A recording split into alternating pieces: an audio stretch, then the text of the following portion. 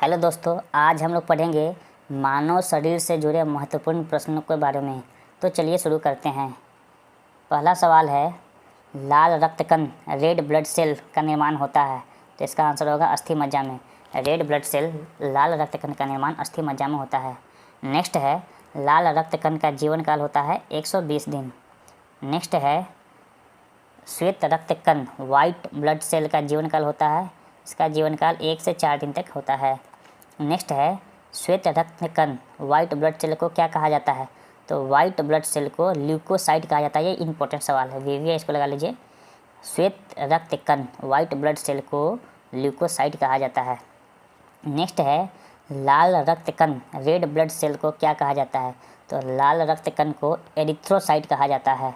लाल रक्त कण को एरिथ्रोसाइट कहा जाता है। दोनों इंपॉर्टेंट क्वेश्चन हैं। नेक्स्ट है, शरीर का ताप नियंत्रक होता है। तो शरीर का ताप नियंत्रक हाइपोथैलेमस ग्रंथि, हाइपोथैलेमस ग्लैंड को कहा जाता है।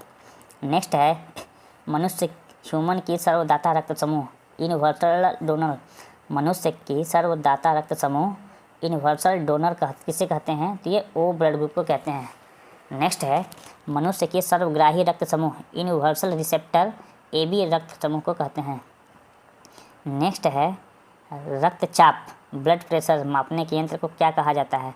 तो ब्लड प्रेशर को मापने के लिए स्पिगमैनोमीटर का प्रयोग किया जाता है। नेक्स्ट है, ब्लड बैंक कहलाता है। तो स्प्लीन को ब्लड बैंक कहा जाता है। नेक्स्ट है, भोजन का पाचन कहाँ से प्रारंभ होता है? तो इसका आंसर होगा मुख से। नेक्स्ट है, पचे हुए भोजन का अवशोषण होता है। तो इसका आंसर होगा छोटी आंत, स्मॉल इंटेस्टाइन में होता है। नेक्स्ट है, पित्त बाइल स्रावित होता है। पित्त का स्राव यकृत लीवर से होता है। नेक्स्ट है, विटामिन ए संचित होता है। तो विटामिन ए यकृत में संचित होता है।